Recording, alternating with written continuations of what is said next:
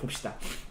네, 한번 오늘 본문은 이사야서 53장입니다. 워낙 유명한 본문이에요. 사실은 이사야서 53장은 사실 신약 성경의 기초를 놓았다라고 해도 과언이 아닌 본문입니다. 이 본문이 없었으면 사실 신약 성경이 또 예수님의 사역이 이렇게 사람들에게 큰 파급력을 일으키지 못했을 만큼 굉장히 중요한 본문입니다. 그러니까 보도록 할 텐데 다 읽을 수는 없으니까 우리가 1절부터 3절까지만 읽고 제가 내용을 한번 쭉 훑어보도록 하겠습니다. 일단 1절부터 3절 같이 시작. 우리가 전한 것을 누가 믿었느냐? 여호와의 팔이 누구에게 나타났느냐? 그는 주 앞에서 자라나기를 연한 순 같고 마른 땅에서 나오는 뿌리 같아서 고운 모양도 없고 풍채도 없은즉 우리가 흠모할 것이 아무것도 아름다운 것이 없도다. 그는 멸시를 받아 사람들에게 버림을 받았으며 강고를 많이 겪었으며 질고를 아는 자라. 마치 사람들이 그에게서 얼굴을 가리는 것 같이 멸시를 당하고 우리도 그를 귀하게 여기지 아니하였도다 라는 말씀입니다. 아멘. 자, 이 말씀이 정말로 이사야가 기록했다면 예수님과 한 700년 정도의 시간적인 간극이 있는 글이에요. 그런데 마치 신약 성경의 그 어떤 글보다 이 본문이 훨씬 더 예수님의 사역의 제일 가장 자세한 묘사, 그 의미를 가장 잘 풀어놓은 본문이라 할 수 있습니다. 시간적인 간극이 예수님이 이전에 700년 전에 쓴 글이지만, 자, 한번 오늘 본문을 한번 쭉 한번 훑어보도록 하겠습니다. 일단은 그 53장이 시작이 아니라 사실은 52장 13절부터 원래는 시작입니다. 그러니까 이제 이사야서에 보면은 앞으로 여호와의 종이라고 불리는 메시아가 올 텐데 그 사역이 어떨 것이다 라고 하는 내용이 총 4가지 내용이 등장을 해요. 예언이 등장을 해요. 근데 그 중에 마지막 내용이 이사야서 52장과 53장입니다. 한번 어떤 내용인지 한번 쭉 볼게요. 자, 여호와의 종이 형통할 것이다. 그래서 지극히 존귀해질 것이다 라는 내용이 13절에 52장 13절에 있습니다. 근데 여기서는 형통이라는 단어는 지혜롭게 할 것이다 라고 해석할 수도 있어요. 그러니까 무엇이 형통이냐, 무엇이 지혜냐 라고 할 때 하나님의 뜻을 아는 것이 가장 형통이죠. 이 형통이라는 단어가 또 가장 많이 쓰인 사람이 요셉이에요. 요셉의 인생이 어땠습니까? 물론 나중에는 형통했지. 하지만 이 하나님의 기준에서 형통은 그가 노예로 잡혀 있을 때도 형통이었어요. 하나님의 뜻 가운데서 벗어나지 않는 삶, 하나님의 뜻을 아는 삶이 형통이자 지혜다 라고 할 때 그가 이 여호와의 종 메시아가 그럴 것이다 라고 예언을 하고 있습니다. 그런데 그가 굉장히 존귀한 자리에 오를 것인데 마찬가지로 그만큼 나락으로 떨어질 것이다, 상하게 될 것이다.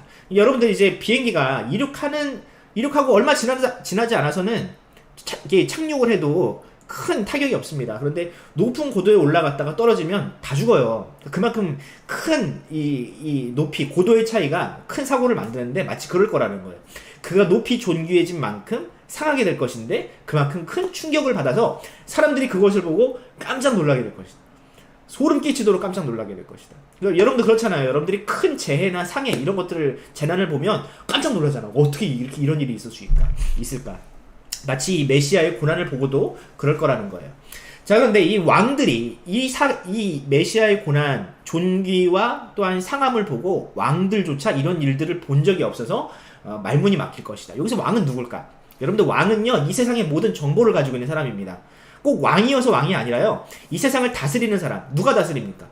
정보, 지식이 많은 사람들이 다스려요. 이 사람들을 왕이라고 지칭하는 겁니다. 그러니까 이 세상의 모든 경험과 지혜와 역사를 통달한 사람도 이런 경험, 이런 사례를 본 적이 없으니 놀라게 될 것이다 라는 뜻입니다. 자, 그러고 나서 이 예언 시작합니다. 무슨 뜻이냐? 이 예언의 주제는 그거예요.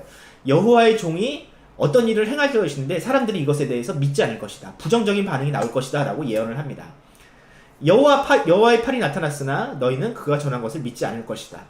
왜? 그가 연한 순같이 굉장히 볼품없는 모습으로 올 것이기 때문에 그럴 것이다 라고 합니다. 사람들이 그를 무시하고 버릴 것이다 라고 예언되어 있어요. 또 3년은 이렇게 고백합니다. 우리의 고백이에요. 여기서 보면은, 여러분들이 문맥을 잘 보면 반복되는 단어들이 등장을 하죠. 그와 우리가 계속해서 반복될 거예요. 볼까요? 그는 우리의 질고를 지고 슬픔을 당했다. 그는 우리의 고난을 우리는 그의 고난이 자기 때문이다 라고 생각을 할 것이다 라고 했고요. 그러나 실상은 그의 찔림은 우리 때문이고, 그가 상하는 것은 우리 때문이고, 그가 징계를 받는 것도 우리 때문이고, 그가 채찍을 맞는 것도 다 우리 때문이다. 여러분 이게 반복된다는 것이 매우 중요하다는 사실이죠. 이것도 여러분들 굉장히 중요한 메시지니까 이따가 좀 한번 살펴보도록 하겠습니다. 근데 우리는 어떤 존재냐? 우리는 다 양 같은 존재다. 여러분들 제 옆에 우연치 않게 여기 양이 있어요. 여기 양이 있네요. 양이 어떤 존재냐? 양은 눈이 어두운 존재고요. 목자가 없이는 단 하루도 살 수가 없는 존재입니다. 굉장히 의존적인 존재를 할 수 있지만 마치 우리도 그렇다는 거예요. 우리도 앞날을 알 수 없고 내일을 알 수 없고 우리가 목표를 세울 수 없을 만큼 우리는 무지한 존재다. 그러나 우리의 이 무지함이 그로 말미암아 해결될 것이다. 우리의 이 무지함이라는 죄조차도 그가 감당할 것이다 라고 예언되고 있습니다. 자, 근데 다시 한번 강조해요. 그는 죄가 없다. 여기서 이 사연이 강조하는 바는 이렇습니다. 그는 죄가 없는 분이다. 그러니까 그는 죽을 것이지만 분명히 죽음이라는 것은 죄로 말미암은 것이지만 그의 죽음은 그의 죄 때문이 아닌 바로 우리의 죄 때문이다 라는 것이 바로 여기서 또 강조되는 겁니다. 그는 양처럼 이 불의한 재판 앞에서도 입을 열지 않는 그런 용감한 사람이었다. 그에게는 죄가 없겠으나 그는 악인과 같이 죽었다. 그의 무덤은 부자의 것이 될 것이다. 이것도 좀 살펴보도록 하겠습니다. 자, 5연입니다. 여호와의 그가 죽을 것인데 여호와의 종이 죽을 것인데 그 종과 그러니까 이제 죽음을 당하는 그 여호와의 종과 그를 믿는 백성들이 여러 가지 은혜를 누릴 것이다. 전리품을 취할 것이다. 이런 내용들이 있는데 요거 설명하자면 너무 기니까 여러분들 이거 보세요. 요거 봐요. 이제 중요한 포인트들만 이제 한번 살펴보도록 하겠습니다. 자, 이게 누구를 향한 글일까? 이 여호와의 종에 관련해 이사야서 52장과 53장이 누구를 향한 글이에요? 여러분들 의심치 않고 예수님이라고 얘기할 수 있겠죠. 여러분 쭉 보니까 예수님이랑 딱 닮았잖아. 예수님 아니면은 이 모양, 이 예언과 어울리는 사람이 없어요. 왜? 지금까지 모든 메시아들, 내가 스스로 메시아다, 내가 이 세상을 구원하겠다라고 하는 사람들은요, 자신의 성취와 또한 자신의 어떤 그 여러 가지 어떤 화려한 경력들을 가지고 자신을 증명하거든. 근데 어때? 이사야서가 예언하는 메시아는 어떤 존재예요? 실패하는 메시아예요. 실패로 말미암아 우리를 구원하는 메시아를 이사야서는 예언하고 있어요. 근데 여러분, 역사상 이런 존재가 있었습니까? 없었어요. 오직 예수님밖에 없었어요. 그래서 이 이사야의 글 때문에 이 사도 바울이라든지 또 혹은 다른 사도들이 예수님을 메시아라고 자신있게 주장할 수 있었던 겁니다. 이 이사야의 글이 없었으면 아무도 예수님의 죽음에 대해서 해석할 수가 없어. 예수님이 죽은 다음에 이렇다더라 라고 아무리 해석해봤자 사람들이 믿지 않아. 왜? 그건 니들이 꾸며낸 얘기지. 이렇게 반응한다고. 하지만 이 이사야의 글이 있었기 때문에 사람들이 그렇구나 라고 반응할 수 있었던 거예요. 자, 보게요. 자, 우리가 전한 것을 누가 믿었느냐? 여호와의 팔이 누구에게 나타났느냐? 자, 이 말씀을 볼게요. 이 하나님의 진리, 또 구원의 진리가 선포되면 사람들은 항상 이런 반응이었어요. 그러나 그들이 다 복음을 순종하지 아니하였도다. 그들에게 구원의 복음이 전해졌지만 사람들은 순종하지 않았대요. 예수님 때도 마찬가지고요. 모세 때도 마찬가지였습니다. 사람들은 그 말씀을 전혀 믿지 않아요. 왜? 그 말씀은 하나님께서 믿게 해주셔야 믿는 거야. 그들이 믿고 싶다고 믿는 게 아니에요. 그 믿음은 하나님의 선물입니다. 자, 볼게요. 또 그는 주 앞에서 자라나기를 연한 순 같고 우리가 보기에 흠모할 것이 없더라. 여러분들이 뭐 패션 오브 크라이스트라든지 예수님에 대한 보면은 예수님이 되게 잘생긴 모습으로 나오잖아. 그렇지 않아요. 사실은 예수님은 잘생기지 않았어요. 요즘에 올림픽을 하다 보니까 이스라엘 사람들이 되게 잘생겼더라고.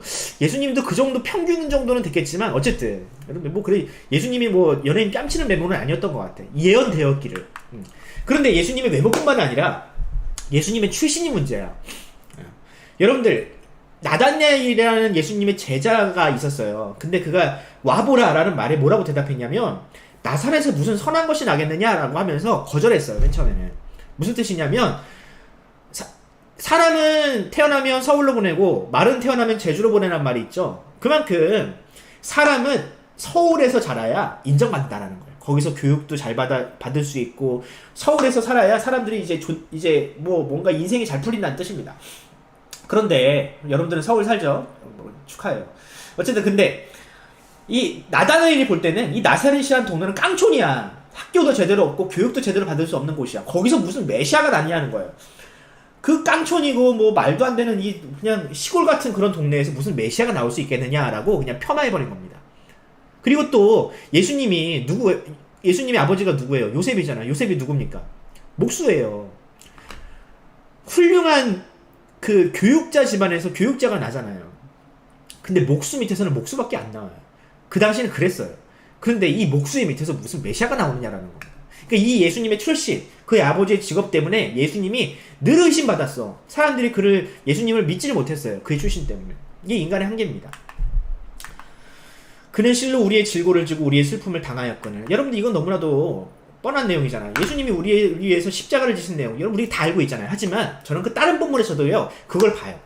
자, 이 본문을 가지고 예수님이 마태복음에서 이 말씀이 이런 식으로 응하였다, 이런 식으로 성취되었다라고 얘기하는 본문이 있습니다. 보면은 제가 밑줄을 쳐놨죠. 이는 이사야의 글을 통하여 하신 말씀에 우리의 연약한 것을 친히 담당하시고 병을 짊어지셨도다 함이라 라는 말씀이 어떻게 응했느냐 볼게요.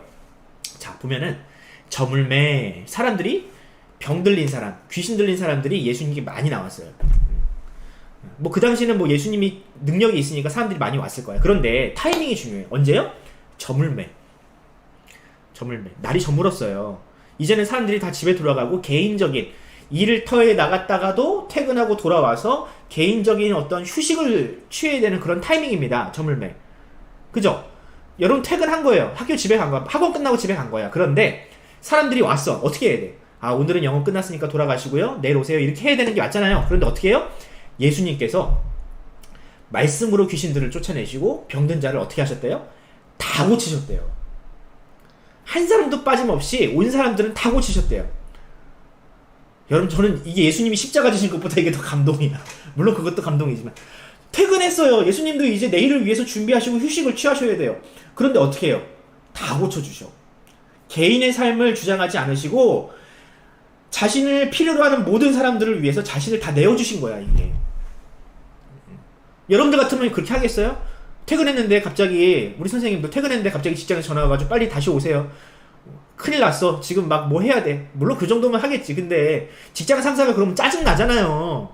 여러분들도 퇴근했는데 나중에 이제 생각해봐라. 이 말씀 생각날 때가 올 거야. 퇴근했는데 갑자기 오래. 그래서 막 일을 해야 된대. 할 수 있겠어요? 아무런 불평 안 하고 할 수 있는 사람은 없을 거야. 할 수는 있겠지만. 그런데 예수님은 그것을 자발적으로 사랑하는 마음으로 하셨다는 거예요. 그것도 다 하셨대. 한 사람도 빼놓지 않고. 아, 저는 여기서 너무 감동이 오더라고. 아, 예수님의 삶은 이런 삶이구나. 십자가만 볼 때는 우리가 그냥 예수님의 십자가만 보였지만 그의 공생의 삶을 통해서 보니까 그는 그냥 평생을 다른 사람을 위한 희생과 봉사와 헌신의 삶을 하신 거예요. 한 사람도 마다하지 않으시고 불평하지 않으시고 자신을 내어주신 거라고. 이게 바로 이사야에 예언되었던 글이 이런 식으로 응하신 거죠. 우리는 다 양 같아서 그릇 행하였대요. 그래서 예수님이 자신을 어떻게 드러내셨어요? 너희가 다 전에는 양과 같이 길을 잃었더니 이제는 너희의 영원한 목자 되신 분이 우리를 위해서 오셨다라고 베드로가 이야기하잖아요. 예수님도 스스로를 뭐라 그러셨어요? 나는 선한 목자다. 나는 양의 문이다. 자신을 그런 식으로 계시하셨습니다. 그가 곤욕을 당하여 괴로울 때에도 그의 입을 열지 아니하였다. 예수님이 받으신 재판이 불의한 재판이었습니다. 증거도 없고 증언도 없고 증인들도 다 일치되지가 않았어. 이런 재판은 무죄가 나와야 합당한데 예수님은 그 불의한 재판 앞에서도요, 입을 열지 않으셨어요. 왜? 자신이 가야 할 길을 아셨으니까. 자, 요거 중요한데요. 그가 죽은 후에 부자와 함께 있었도다라고 합니다. 그러니까 보통은 그 당시 유대인들은요, 죽으면 어디에 갔냐면 가족의 묘에 묻혔어요. 요즘은 어때? 요즘은 그냥 이렇게 따로따로 유골함에다가 넣어가지고 이제 장사를 지내죠. 근데 옛날에 유대인들은요, 그 장사를 지낼 때 가족의 묘에 묻혔어. 그러니까 가족들이 함께 묻혀있는 묘가 있어요. 그러니까 조상들의 뼈가 거기에 많이 쌓여있는 묘가 있었어. 그러니까 유다지파는 유다지파의 묘가 있는 겁니다. 그런데 예수님은 그 묘실에 묻히지 못했어요. 왜냐하면 예수님께서 죄인으로 죽으셨기 때문에 자신들의 이 유다지파의 가족의 묘에 들어가지 못했다고. 왜? 그 가족들의 묘는요, 순결한 사람, 가족들이 한 몸이 돼 있는 거야. 조상들이 한 몸이 돼 있는 그 묘실입니다. 그런데 만약에 거기에 죄인이 들어간다. 그 조상들까지도 오염됩니다. 유대인들의 생각으로는. 그래서 죄인으로 죽은 사람, 재판에서 유죄로 판결돼서 사형을 당한 사람은 가족의 묘에 들어가지 못했어요. 조상들까지 오염시킨다고. 그래서 여러분들 이제 열왕기서라든지 역대서를 보면은 왕들 중에서 그 왕들의 묘에 묻히지 못한 왕들이 나옵니다. 이게 왜 그러냐면 그 왕들 중에서 악한 왕들, 특히 하나님 앞에 범죄한 왕들은 그 다윗의 묘, 다윗이 묻혀있는 그 묘에 들어가면 다윗의 어떤 그 고결함과 그것들이 오염당하니까 가족들의 묘에 들어가지 못하는 그런 어떤 그 최후를 맞이해요. 어쨌든. 근데 예수님이 그랬다고요, 여러분들. 예수님이 십자가에 달리셨잖아요. 예수님이 십자가에 달리셨다라는 것은 죄인으로 죽으셨다는 뜻이에요. 나무에 달린 자마다 하나님 앞에 저주를 받은 자들이라고 이 구약에 예언되어 있으니까 예수님은 가족의 묘에 들어가지 못해요. 그래서 누구의 묘에 들어갔느냐? 그가 부자와 함께 있을 것이다 라고 예언되어 있어요. 자, 이 부자가 누굴까? 마태복음을 보면 아리마대 요셉이라는 사람이 등장을 합니다. 이 아리마대 요셉은 정치인이고 부자고 굉장히 뛰어난 사람이었어요. 그 당시 존경받는 정치인이었어요. 그런데 그가 빌라도에 의해서 빌라도에게 요청을 해요. 예수님이 십자가에 달려 죽으신 다음에 그 시체를 나에게 달라고 요청을 해요. 그러니까 스스로가 샤이 예수님의 제자였던 거예요. 예수님의 제자임을 자신이 드러낼 수는 없으나 예수님을 흠모하고 스스로를 제자로 칭하던 사람이었던 거예요. 그런데 아무도 거들떠보지 않는 그 예수님의 시체, 이 시체를 가져가면 예수님과 같은 반역자로 몰릴 수 있기 때문에 두려워서 아무도 안 가져가는 그 시체를 이 아리마대 요셉이 가져갑니다. 자신의 정치적인 생명이 끝날 수도 있는 그런 판단을 지금 하고 있는 거예요. 그리고 시체를 닦아요, 그가. 예. 여러분, 시체는 부정해서 유대인들이 만지지도 않았어. 예. 부정하다 그래가지고. 보통은 여자들이 만지거나 또 혹은 노예들이 이 시체를 닦는 것이 이 시체 닦는 일의 가치였어요. 그런데 누가 닦아요? 이 지체 높은 양반이 그 시체를 닦는 거예요. 왜? 이 시체에는 죄가 없어. 부정한 시체가 아니라고 생각을 한 겁니다. 왜? 이 시체는, 이 죽음은 나를 위한 죽음이라는 것을 이 아리마대 요셉이 믿었기 때문에. 자, 그런데 중요한 게 뭐냐면 이 아리마대 요셉에 대해서 평가할 때, 묘사할 때 마태복음의 저자는 특히 그를 뭐라고 하냐면은 부자 요셉이라고 합니다. 부자 요셉. 부자였기도 했어. 부자였는데 특히 부자라 그래요. 왜? 이사야의 예언에 그가 부자의 묘에 묻힐 것이기 때문에 이 아리마대 요셉을 통해서 그 말씀이 성취되었다는 것을 보여주는 거예요. 실제로 아리마대 요셉은 이 시체를 닦을 뿐만 아니라 그 시체를, 예수님의 시체를 어디다가 자신을 위해서 팠던, 아무도 묻히지 않았던, 어떤 죄인도 거기에 묻히지 않았던 깨끗한 묘실에 예수님을 안치합니다. 왜? 예수님은 거룩하신 분이니까. 다른 시체들, 다른 죄인의 시체와 함께 있을 수 없어요. 그리고 또 자신이 부자였어. 예. 자신을 위한 비싼 묘가 비싸요, 여러분들. 요즘도 묘가 비싸요. 그래서 이 예언이 이 아리마대 요셉을 통해서 이렇게 성취되었습니다. 할렐루야. 예, 여러분들 대단하지 않습니까? 예. 예. 가족의 묘조차도, 묘에도 들어가지 못했던 그분이 부자의 묘에 들어갔다. 이사야의 예언이 성취되었다. 너무 많아. 다 하고 싶은데 할 수가 없어. 이거 하나만 볼게요. 범죄자 중에 하나로 헤아림을 받았으나 범죄자를 위해서 기도하신 분입니다. 기도할 것이다. 자, 예수님은 범죄자 중에 하나로 헤아림을 받았어요. 오늘 본문에 제가 말씀드리진 않았지만 53장 10절을 보면 그분은 죄가 없으신 분이지만 하나님께서 그를 부숴버릴 만큼 하나님께서 그를 범죄자로 대하셨다라고 기록이 되어 있어요. 여호와께서 그에게 상함을 받게 하시기를 원하셨다. 그러니까 하나님께서 그 여호와의 종을 부셔버리시기를 원하셨다라고 기록되어 있어요. 왜냐하면 그분에게 있는 죄 때문이 아니라 우리의 죄가 그분에게 옮겨졌기 때문에 그분은 인류에서 가장 큰 죄인으로 여김을 받는 거야. 한 사람의 죄가 아니라 모든 사람의 죄를 그에게 다 감당시키셨기 때문에 하나님은 그를 부수셔야 돼. 왜? 그 때문이 아니라 그의 죄 때문에. 이 문맥은 그것 때문이에요. 근데 어쨌든 이 예수님은 범법자로서 죽어요. 그런데 그가 죽으실 때 가상칠언 중에 이런 말씀이 있죠. 이에 예수께서 이르시되 아버지 저들의 죄를 사하여 주옵소서. 자기들이 하는 것을 알지 못함입니다 라고 기도하셨잖아요. 이 말씀조차 사실은 이사야가 예언했던 바예요.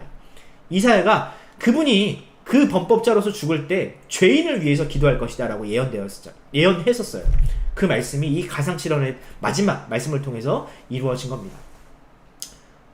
좀 연구할 때마다 대단하더라고요. 이사야에서 53장이 없었으면 과연 이 신약 성경이 기록될 수 있었을까 싶을 정도로 대단합니다. 아무튼. 자, 그러면 중요한 건 이겁니다. 이 이사야에서 53장이 누누이 강조하는 바가 있잖아요. 그분의 죄가 아니라 우리의 죄 때문이다. 우리의 죄로 인해서 그가 죽임을 당할 것이다 라는 것이 이 이사야가 강조하는 바인데, 사실 이것이 당연한 거 아닌가요? 그럴 수 있는 거 아닌가요? 하지만 사실은 이것은 인간의 본성과 어울리지 않아요. 사람은 자신의 죄는 자신이 감당해야 된다. 누군가에게 미룰 수 없다라고 생각하는 존재입니다. 왜? 이기적인 존재니까. 자, 그런데 이 부분을 하나님께서 계속해서 역사와 전통을 통해서 계속 이스라엘 백성들에게 학습을 시키십니다. 이게 불가능하지 않다. 나는 앞으로 이런 방식으로 너희의 죄를 해결할 것이다. 라고 하나님은 계속해서 이스라엘 역사 가운데서 가르치세요. 구약의 희생제물과 아사셀 염소라는 게 있습니다. 이거는 여러분들이 이제 이걸 보면 돼요. 이걸 보면 되는데 간단하게 짚고 넘어갈게요. 사람의 죄를 동물에게 옮겨서 이 동물의 죽음을 통해서 그 죄를 해결하는 방식으로 하나님은 제사를 받으셨어요. 예배를 받으셨어요. 그러니까 그들이 예배를 드리면 그 예배라는 그 방식 가운데에서 사람의 죄가 동물에게 옮겨지는 방식, 그것을 통해서 그 죄가 해결되는 방식으로 하나님은 계속해서 예배를 받으셨어요. 물론 이것은 한시적인 거야. 여러분 어떻게 해? 사람의 죄가 동물의 죄를 동물로 말미암아 해결될 수 있습니까? 이건 등가교환. 여러분 등가교환 알죠? 똑같은 가치로 이게 그러니까 무언가 죄를 범했으면 똑같은 가치를 가지고 해결하는 것이 등가교환의 원리인 거예요. 누군가에게 1000만원 빚이 있으면 1000만원을 갚아야지 500만원 갚고 나서 어떻게 다 갚았다고 할 수 있겠니? 안 되는 거예요. 그런데 하나님은 그런 방식으로 너희의 죄를 앞으로 해결할 것임을 알려주기 위해서 그런 방식을 선택을 하신 거야. 한시적인 방식인 거죠. 물론 이것도 이제 이스라엘 백성들이 믿음으로, 이거 믿음의 방식입니다. 믿으면 그것으로 의로 여겨가지고 그들의 죄를 해결해 주신 거지, 이것이 동일한 효과를 본다라고 볼 수는 없는 거예요. 하지만 아사셀 염소도 마찬가지입니다. 하지만 이제는 동물이 아니라 사람의 죄를 해결하는 사람으로 오실 분이 이제 앞으로 등장하실 거예요. 그 누구예요? 예수님. 사람이 지은 죄를 사람으로 해결하는 하나님의 완전한 제사, 완전한 방식이 이 예수님을 통해서 이제 구현될 것이다. 이 제사를 통해서 우리가 예수님을 볼 수 있겠죠. 여러분 제사에 대한 이야기는 여러분들이 많이 들었겠지만 이 초태생에 대한 얘기는 처음 들을 거야 아마. 초태생이 봅시다. 초태생이 뭐냐면 이거예요. 너희는 태어나서 암컷이 처음 난 새끼를 무조건 하나님께 바쳐야 된다라는 것이 초태생의 법칙입니다. 그러니까 너희들의 것이 다 내 것인데 그 가축이 낳은 새끼도 사실은 내가 만들었잖아. 다 내 거야. 그렇지만 너희가 첫 번째 것을 너희가 하나님께 드리면 나머지 것들은 내가 다 받은 것으로 할게 라고 하나님께서 인정해 주신 거예요. 마치 11조와 비슷해요. 여러분, 하나님 앞에 우리가 11조를 드리는 게 뭐예요? 하나님 10분의 1 먹고 떨어지세요, 이게 아니잖아요. 우리의 모든 것이 다 하나님의 것입니다 라는 것을 우리가 고백하는 거잖아요. 마찬가지예요. 초태생도 그거예요. 그런데 그 레위지파도 역시 마찬가지로 초태생이었습니다. 이스라엘의 12지파 중에서 사실 장자권을 가진 지파가 어디였냐면 사실 레위지파입니다. 유다지파가 아니라. 그런데 이 레위지파를 누가? 하나님께서 이 레위지파는 내 것이다 라고 취해버리셨어요. 그리고 너희는 나로 말미암아 살아야 된다 하면서 가나안 땅에 들어갈 때 그 레위지파에게는요 땅도 안 주셔. 땅도 분배를 안 해주셔. 왜? 이 제사를 통해서 얻어지는 여러 가지의 어떤 헌상이라든지 이런 걸 가지고 그 지파는 살아야 돼. 그 레위지파 안에서 제사장도 나오고 이 성전을 섬기는 사람들이 다 거기서 나왔습니다. 성전에서 나오는 모든 그 수익이라고 말하기는 좀 그렇지만 어쨌든 이 재물들을 가지고 레위지파는 살았어요. 왜? 레위지파는 하나님의 것이기 때문에. 자, 그런데 이 초태생에 관련된 이 대속적인 원리를 가지고 로마서는 또 이렇게 얘기를 해요. 뭐라고 하냐면은 하나님이 미리 아신 자들을 또한 그의 아들의 형상을 본받게 하기 위하여 미리 정하셨으니 자 이는 그로 말미암아 많은 형제 중에 맏아들이 되게 하셨다라고 하는 말씀이 있어요.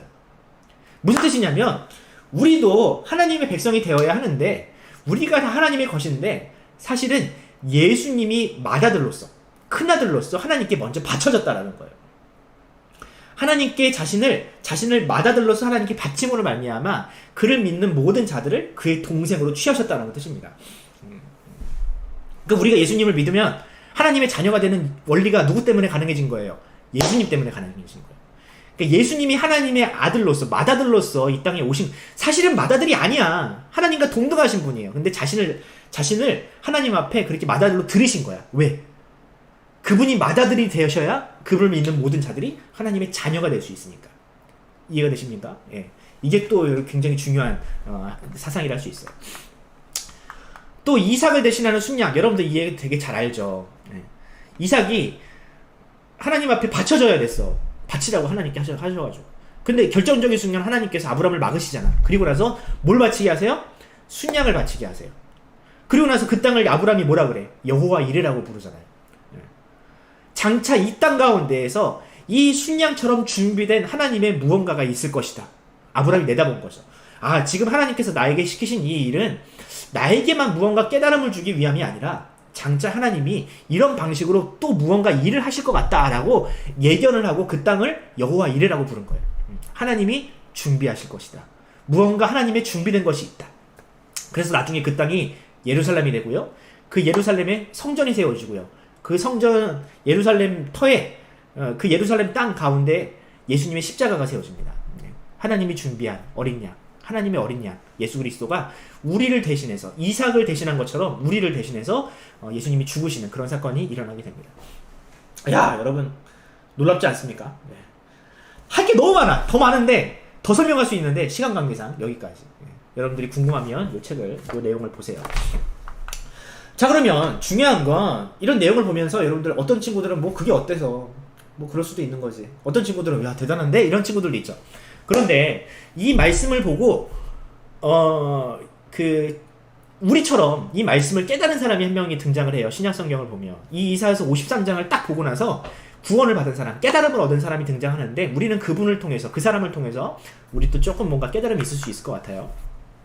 사도행전 8장을 보면 에디오피아 내시가 등장을 합니다. 에디오피아 내시 간다게라는 사람이 등장을 해요. 이 에디오피아라는 나라가 어떤 나라냐면 구약 성경에 솔로몬과 친했던 여왕이 등장을 해요. 시바의 여왕이라고 솔로몬과 굉장히 친했던 여왕이에요.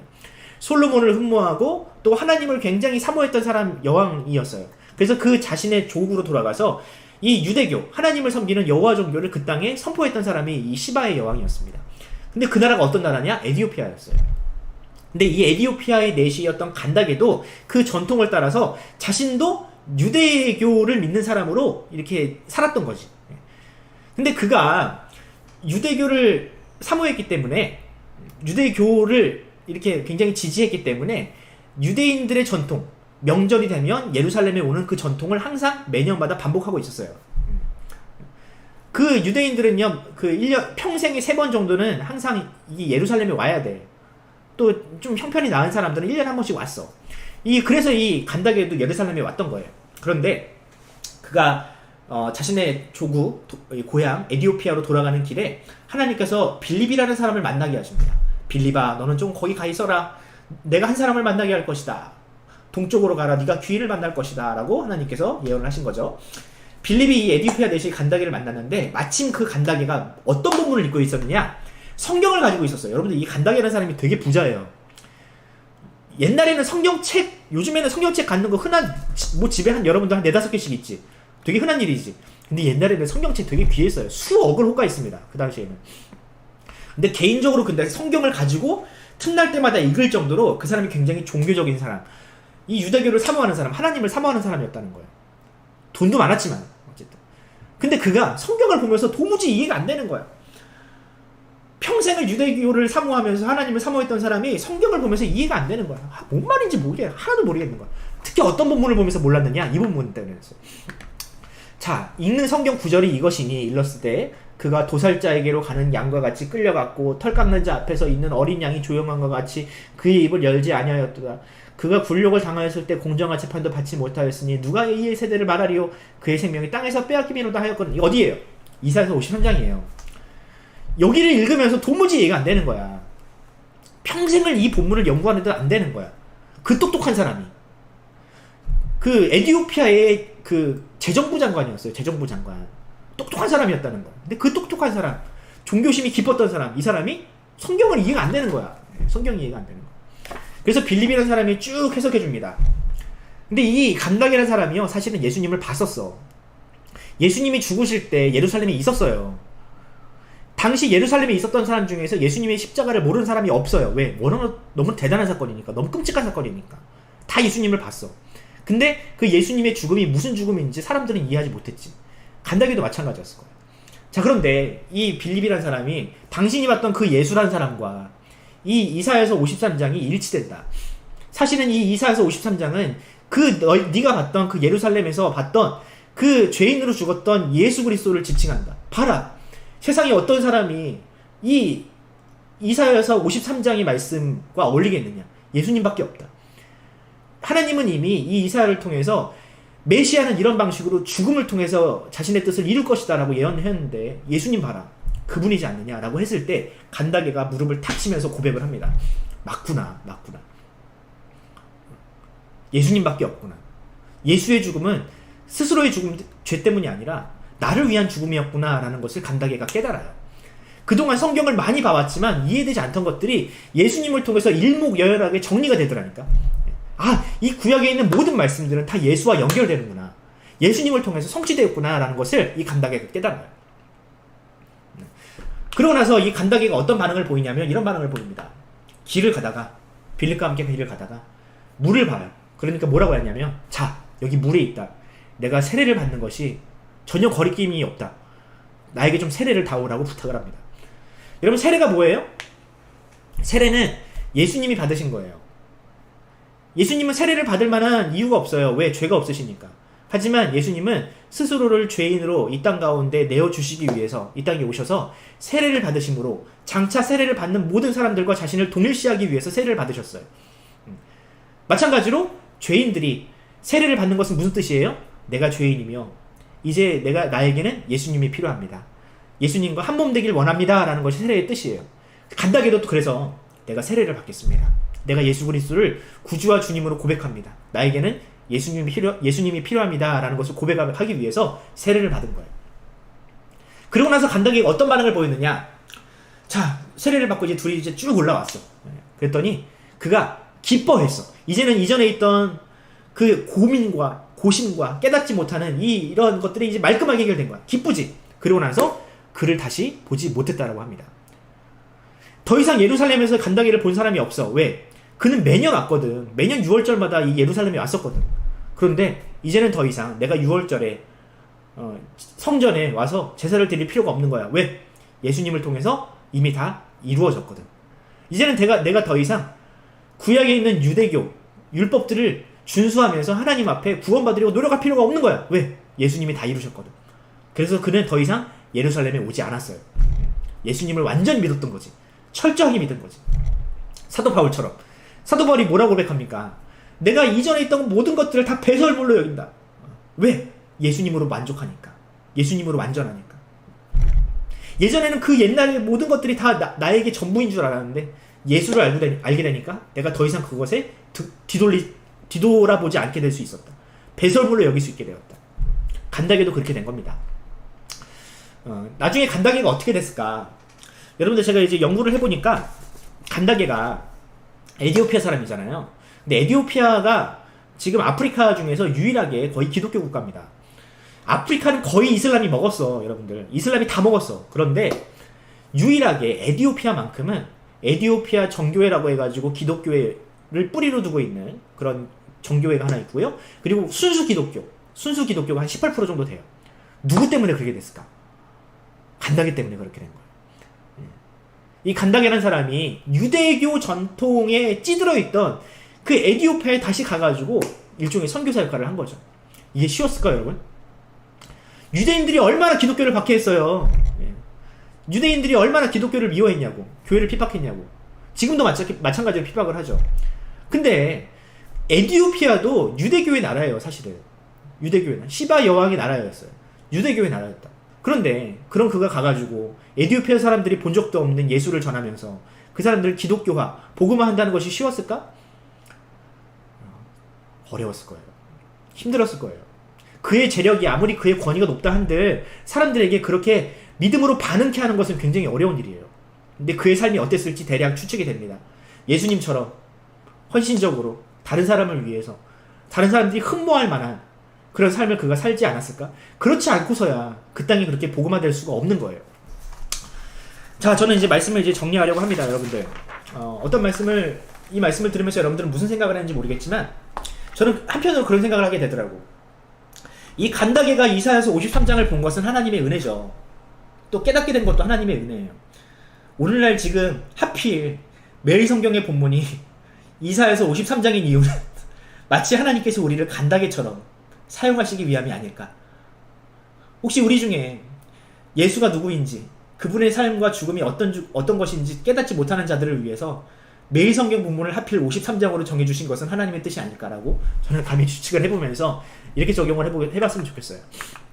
여러분, 복음은요, 사람의 힘으로 깨달을 수가 없어요. 아까 그 이사야서 52장 15절에 그런 말씀이 있었죠. 왕들조차 그것을 깨닫지 못했다고. 이 세상에 가장 뛰어난 지혜자들조차 그 말씀을 쉽게 깨달을 수 없다고. 근데 여러분들, 유대인들, 이스라엘 사람들도요, 이 말씀을 사실 제일 잘 깨달을 수 있는 위치에 있는 사람들 중에 하나는 그 사람들이에요. 왜? 지금 하나님은 구약 성경을 통해서 그들이 지키고 있는 전통을 통해서 메시아, 예수님을 예언했거든. 가르쳤거든, 하나님께서. 제일 먼저 믿어야 될 사람이 누구예요? 유대인들이 제일 잘 믿어야 돼, 사실은. 유대인들이 예수님을 제일 잘 깨달아야 돼. 그런데 어때요? 유대인들은 예수님을 몰라요. 예수님을 믿지 못해요. 아무리 지식이 있다 한들 하나님께서 그들에게 믿음을 주시지 않는 이상은 그 말씀을 도저히 깨달을 수가 없어요. 근데 여러분들이 만약에 이 말씀을 믿게 된다면, 이것을 너무 당연한 것으로 받아들인다면 여러분들의 능력이 아닙니다. 내가 똑똑해서, 내가 잘나서, 내가 신앙생활 열심히 해서, 교회를 열심히 다녀서? 아니에요. 이것은 하나님이 우리에게 주신 믿음이에요. 우리에게 주신 선물이에요. 우리를 구원하시려고 이것을 믿게 하신 거라고. 여러분들 이것을 감사하게 생각하셔야 됩니다. 이게 당연한 거라고 여러분들 여기면 안 돼요. 놀라운 일이라는 거예요. 이게 되게 놀라운 일이라는 거예요. 이 세상 그 누구도 이 믿음을 쉽게 가질 수가 없어요. 근데 우리가 그 믿음을 가지고 있다? 여러분들, 이것은 하나님의 은혜가 아니면 설명할 수가 없어요. 이사야가 예언했어요, 그것은. 이건 도저히 사람이 믿을 수 없는 일이다. 하나님의 방식, 이런 방식을 도저히 사람이 고안해낼 수도 없고 믿을 수도 없다. 두 번째, 이건 제가 좀 특별히 강조하고 싶은데, 여러분, 이사야서를 보면서 여러분들이 어떤 느낌을 가졌는지 모르겠지만 저는 그랬어. 원래 십자가는 예수님의 것이 아니었다라는 사실을 새삼 느꼈어요. 뭐 당연한 거 아닌가요? 하실 수 있지만 이게 당연하지가 않아요, 여러분들. 십자가는 원래 예수님의 것이 아니에요. 근데 우리는 십자가를 예수님의 것으로 너무 내버려둬. 십자가는 예수님이 지셔야만 하는 것이었지만 그것이 원래 우리의 나의 죄 때문이었다라고 사람들이 생각을 잘 안 해. 십자가를 계속해서 예수님께 맡겨놓고 있는 거야. 왜? 그 십자가가 나한테 오면 내가 그 십자가를 지고 희생하고 회개하고 힘든 고난의 삶을 살아야 될 것 같으니까 여전히 그 십자가를 예수님께 맡겨놓고 나는 십자가와는 관련 없는 삶을 살아, 사람들이. 그냥 감사합니다, 땡! 이야. 그 십자가를 내 것으로 취하려 하지 않아. 희생하려 하지 않고 봉사하려 하지 않고 남들을 위해서 살아가려 하지 않아요. 이게 되게 여러분들 중요한 거예요. 이제는 그 십자가를 내 것으로 취해야 됩니다. 나의 죄 때문이었고 내가 져야 할 십자가였다고 그리고 고백할 수 있어야 돼요. 예수님은 이런 사람들의 어떤 그 무책임한 어떤 신앙을 미리 내다보시고 이런 말씀을 하셨어요. 이에 예수께서 제자들에게 이르시되 누구든지 나를 따라오려거든 자기를 부인하고 자기 십자가를 져야 한다. 이 말씀이 그 말씀이에요. 왜 십자가를 나한테만 맡기냐, 니들 자꾸. 물론 내가 져주긴 할 텐데 너희도 너희의 십자가를 져야 된다. 너의 죄라고 고백해야 된다. 이 희생과 또한 다른 사람을 사랑하는 이 사역을 나만 할 사역이 아니라 너희들도 감당해야 될 사역이라고 너희들도 고백할 수 있어야 된다. 여러분, 이사야서 53장은요 예수님을 예언한 내용이지만 사실은 오고 오는 모든 여호와의 종들, 예수님만 여호와의 종이 아니잖아요. 우리도 종이잖아요. 모든 여호와의 종이 감당해야 될 삶입니다. 우리도 다른 누군가를 위해서 짐을 져야 되고 나의 죄를 위해서 우리가 십자가를 져야 되는 것이 바로 우리의 삶이에요. 이것을 더 이상 예수님에게만 미루지 맙시다, 여러분. 우리도 희생해야 되고요. 우리도 사랑해야 됩니다. 이것을 우리가 더 이상 거절하지 맙시다. 저는 거절해왔어. 거짓말하지 마. 거절해왔어, 우리는 늘 그 십자가를 나와는 상관없는 것을 여기고 살아왔어. 그래서 오늘날 한국교회가 이 모양 이 꼴인 겁니다. 세 번째, 하나님은 지금도 그 종들의 고난을 통해서 역사하십니다. 여러분들 이제 사람은 이 방식을 도저히 생각할 수 없다 그러죠. 사람은 무언가를 이제 사람들의 지도자가 되기 위해서는 무언가를 성취해야 된다 생각을 해. 뭔가 화려한 경력이 필요하다고 생각을 해. 하지만 하나님의 방식은 아니에요. 하나님은 그 종의 고난, 그 고난을 통해서 역사하시는 분이에요. 하나님께서 예수님에게 이루셨던 방식이 달라질까요? 아니요. 하나님은 항상 동일하신 분이에요. 예수님을 통해서 예수님의 고난과 십자가를 통해서 큰일을 이루셨다면 마찬가지로 우리의 고난, 우리의 손해를 통해서 하나님은 더 큰 일들을 이루실 거예요. 중요한 것은 예수님이 그 하나님의 뜻 가운데에서 자신을 내어주셨듯이 나의 원대로 마옵시고 아버지의 원대로 하기를 원합니다 라고 하셨듯이 우리도 역시 마찬가지로 그 하나님의 큰 일 가운데 우리를 내어드릴 각오를 우리가 해야 될 필요가 있습니다. 그것이 바로 믿음이다. 그걸 기뻐할 수 있겠느냐. 야, 시리가 반응하네. 네. 그것을 감사히 여기고 그것을 고백하고 기뻐해야 할 수 있는 그런 신자들이 되기를 간절히 소원합니다. 자, 마무리하면서 본문을 한 문장으로 저는 이렇게 좀 영어 뭐 어려운 단어 없죠. 여러분들이 유튜브에 들어가서 이사야서 53장을 검색을 하면 이런 영상이 나올 거예요. 뭐냐면 Forbidden Chapter라는 영상이 나올 겁니다. 뭐냐면 이 말씀은 너무나도 예수님과 딱 맞아떨어져서 지금도 유대인들은요 자신들이 보는 성경에서 이사야서 53장을 빼놓고 읽어요. 또 혹은 아예 53장이 기록도 안 돼 있는 성경들이 있어요. 유대인들이 보는 성경에는 이사야서가 있는데 53장은 없다니까. 왜 그럴까? 이 53장이 너무나도 예수님을 정확하게 가리키기 때문에 유대인들은 예수님을 메시아로 인정 안 하잖아요. 하나님의 아들로 인정 안 하잖아요. 그래서 이걸 빼고 읽어요. 그래서 이것을 포비든 챕터라고 부릅니다. 그래서 유대인들에게 전도를 하거나 복음을 전할 때 항상 이 이사야서 53장이 원래 있었다. 누구를 가리키겠느냐라고 물어보면서 그들에게 복음을 전한다고 합니다. 근데 이것이 감추어지면 복음이 설명이 안 돼요.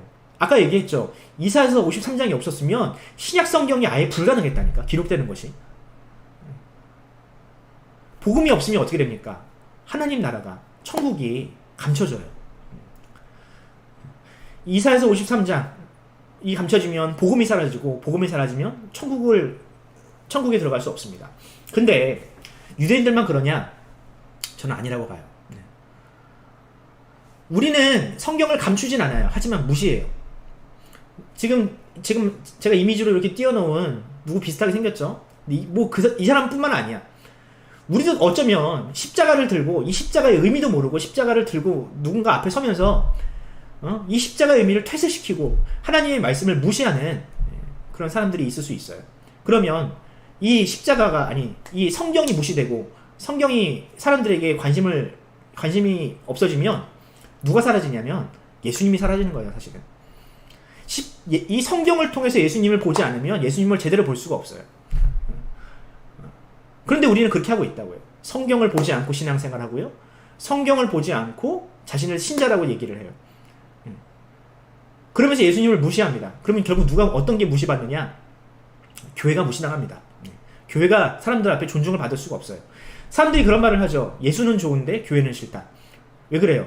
예수님과 교회는 전혀 상관이 없는 어떤 그런 것 같아. 근데 우리가 지금 그렇게 무시를 당하고 있어요. 왜 그럴까? 다시 기초로 들어갔으면 좋겠어요. 우리가 성경을 사랑하고 성경을 이해하고 성경을 통해서 예수님을 보고 예수님을 통해서 우리의 삶을 정말 하나님께서 기뻐하시는 삶을 살아내면 더 이상 교회는 무시당하지 않을 겁니다. 아멘입니까? 네. 자, 이렇게 말씀을 요약했습니다. 여러분들 어때요? 이사야서 53장 놀랍지 않나요? 네. 더 놀라운 얘기들이 많이 있으니까 여러분들 궁금하면 이거 보고 사실 이것도 부족해. 더 많아. 하지만 여러분들에게 유익할 겁니다. 자, 이제 찬양하면서 예배를 마무리하도록 하겠습니다.